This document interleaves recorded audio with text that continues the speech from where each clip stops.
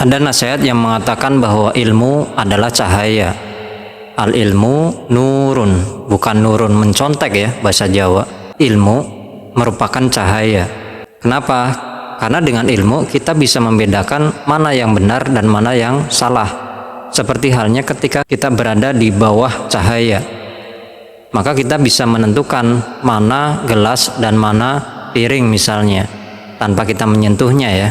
Maka dengan pengetahuan atau dengan ilmu ini, kita bisa mengetahui benar dan salah, bisa membedakan, bisa membandingkan, bisa mengkategorisasi, mengklasifikasi, atau konsep-konsep lain dalam logika kita. Mulai dari pengetahuan remeh, semisal simbol-simbol dalam toilet ya. Ketika kita mau buang air kecil, misalnya di SPBU, ada simbolnya laki-laki dan perempuan. Bayangkan kalau kita nggak tahu simbol itu.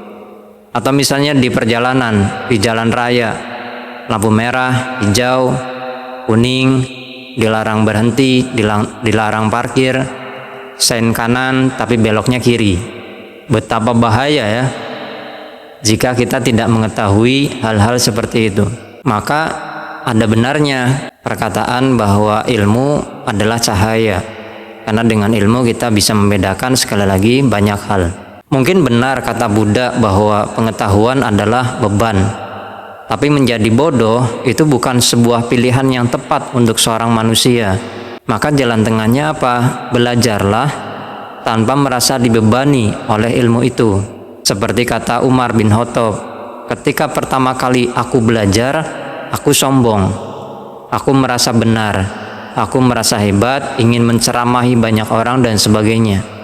Tapi ketika di tingkat menengah, kita sudah konsisten, kita sudah istiqomah, kita mulai paham, kita mulai memahami perbedaan, dan di tingkat akhirnya kita akan semakin bijak, bahwa semakin banyak pelajaran atau hal yang kita pelajari, semakin banyak hal yang tidak kita ketahui. Berbeda dengan cahaya api, itu tidak ada nasihat yang mengatakan bahwa ilmu adalah api. Tidak ada ya. Meskipun dalam kenyataannya banyak orang yang merasa berilmu dan dia mudah marah, bahkan menghakimi orang lain atau kelompok lain yang berbeda dengan dirinya. Nah, apa maksud perbedaan antara nar, api, dan nur, cahaya? Dan bagaimana membedakannya dalam diri kita? Sebenarnya yang menerangi diri kita itu api atau cahaya. Kita akan bahas pelan-pelan. Sebelum kita memasuki perbedaan antara api dan cahaya dalam khasanah spiritualisme ya, ada baiknya kita mengetahui secara empirisme lebih dulu jenis-jenis api dan sifat-sifatnya.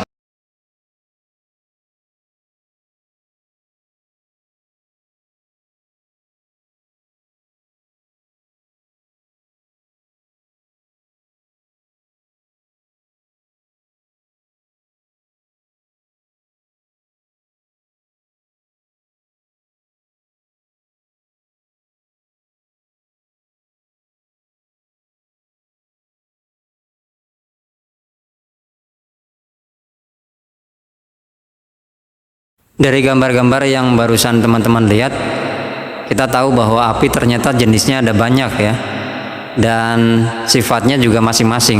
Seperti itu juga cahaya.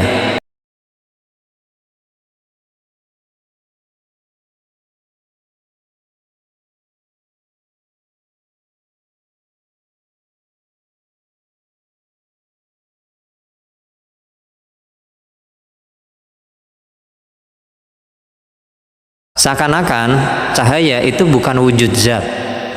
Kenapa? Karena cahaya adalah manifestasi, cahaya adalah pancaran, bukan sumber itu sendiri, seperti halnya api. Nah, itu secara empirisme ya, antara api dan cahaya. Sekarang kita memasuki bagian 2. Di judul video ini saya beri nama nar dan nur, bahasa Arab ya. Diksi nar ini dalam Quran bisa disebut api, neraka, atau bahkan wujud zat dari mana jin atau iblis diciptakan ya. Itu dari wujud zat nar atau api. Sedangkan cahaya itu bukan terjemahan dari surga dalam Quran. Nur itu bukan surga, tapi cahaya. Sedangkan surga itu punya diksi yang lain. Maka antonim dalam Quran itu agak meluas, tidak seperti dalam diksi-diksi secara sehari-hari yang kita pahami. Misalnya antonimnya api kan air ya, lawan kata api air, atau lawan kata surga adalah neraka. Tapi dalam Quran neraka, nar, api itu bukan ma'a dalam bahasa Arab atau air, melainkan jannah atau surga. Tentang tata bahasa seperti ini kita bisa mempelajarinya dalam disiplin ilmu yang namanya ilmu tajwid. Ada orang-orang yang mengatakan bahwa ilmu tajwid itu khusus untuk orang-orang Islam. Teman-teman, harus kita pahami bahwa tidak ada ilmu yang islami dan tidak islami. Ilmu itu netral, dan kalau misalnya kita melihat sumbernya ya dari Tuhan. Semua ilmu apapun itu, termasuk kitab suci, semua kitab suci itu bersumber dari Tuhan yang Esa. Seperti halnya ketika banyak orang-orang muslim itu ditanya apakah Injil adalah kitab suci orang Islam, apakah Zabur dan Taurat adalah kitab suci umat Islam. Kebanyakan kami orang-orang muslim itu mengatakan bukan, padahal itu adalah kitab suci agama Islam. Sedangkan Rasulullah hanya menyampaikan bahwa jangan pakai semuanya dan jangan tinggalkan semuanya. Intinya apa? Masih ada hal-hal yang berkorelasi atau berhubungan atau sesuai dengan Quran, dan itulah yang kita gunakan sebagai muslim.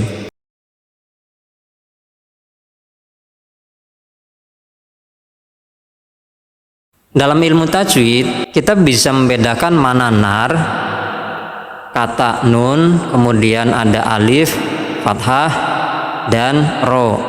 Sedangkan nun dengan domah dan wawu, kemudian ro, itu dibaca nur.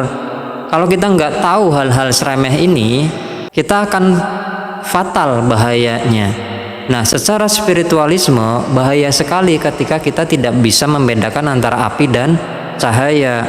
Ketika kita bermimpi atau ketika kita misalnya kasyaf ya, dibukakan tabir-tabir kegaiban, kita tidak bisa membedakan mana api dan mana cahaya.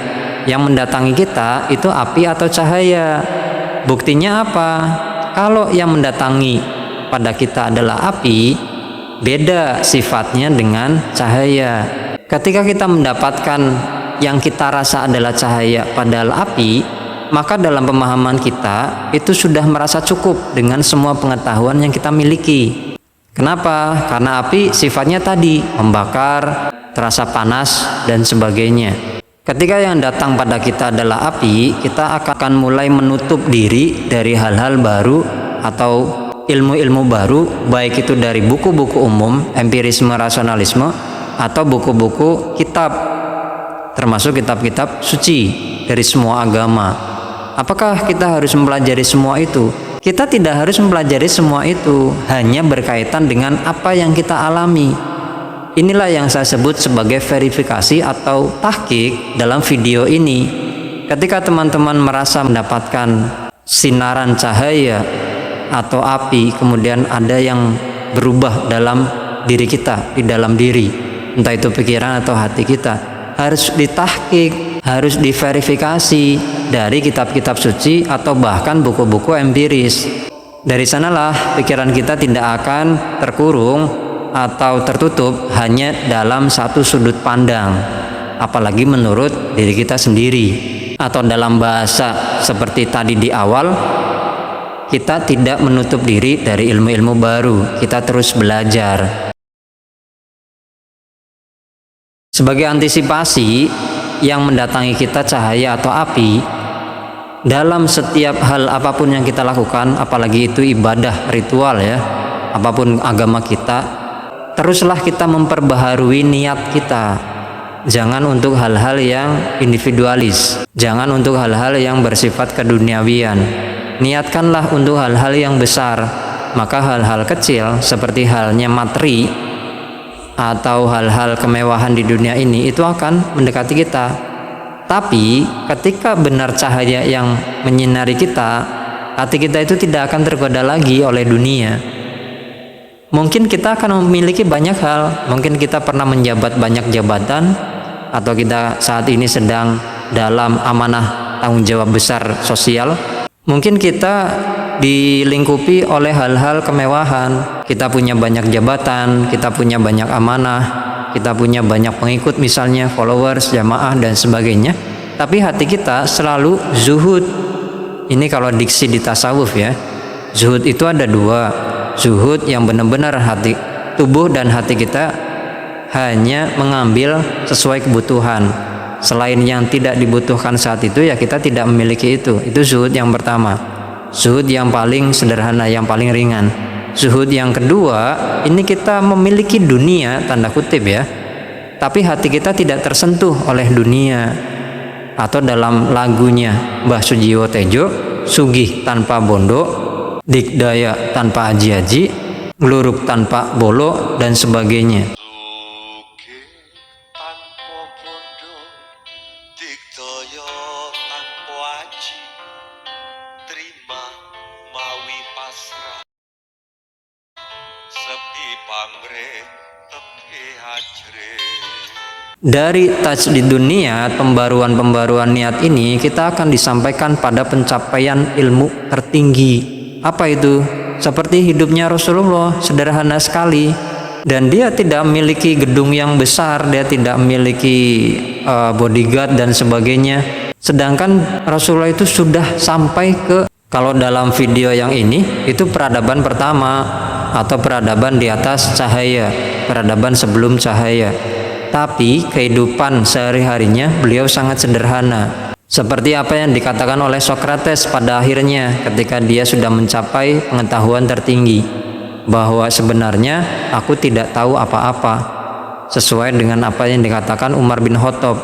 Pencapaian ketiga setelah sombong, kemudian paham, yang terakhir adalah bijak, bahwa semakin banyak yang kita pelajari, semakin banyak juga semakin sadar kita tidak mengerti apa-apa. Pada akhirnya akal yang terbiasa kita gunakan untuk mengelola pengetahuan indrawi, pengetahuan yang kita dapatkan dari indera, panca indera atau 12 indera yang kita miliki, itu berubah fungsi, bertransformasi. Yang tadinya mengelola pengetahuan, kita hanya menerima pengetahuan, menerima ilmu.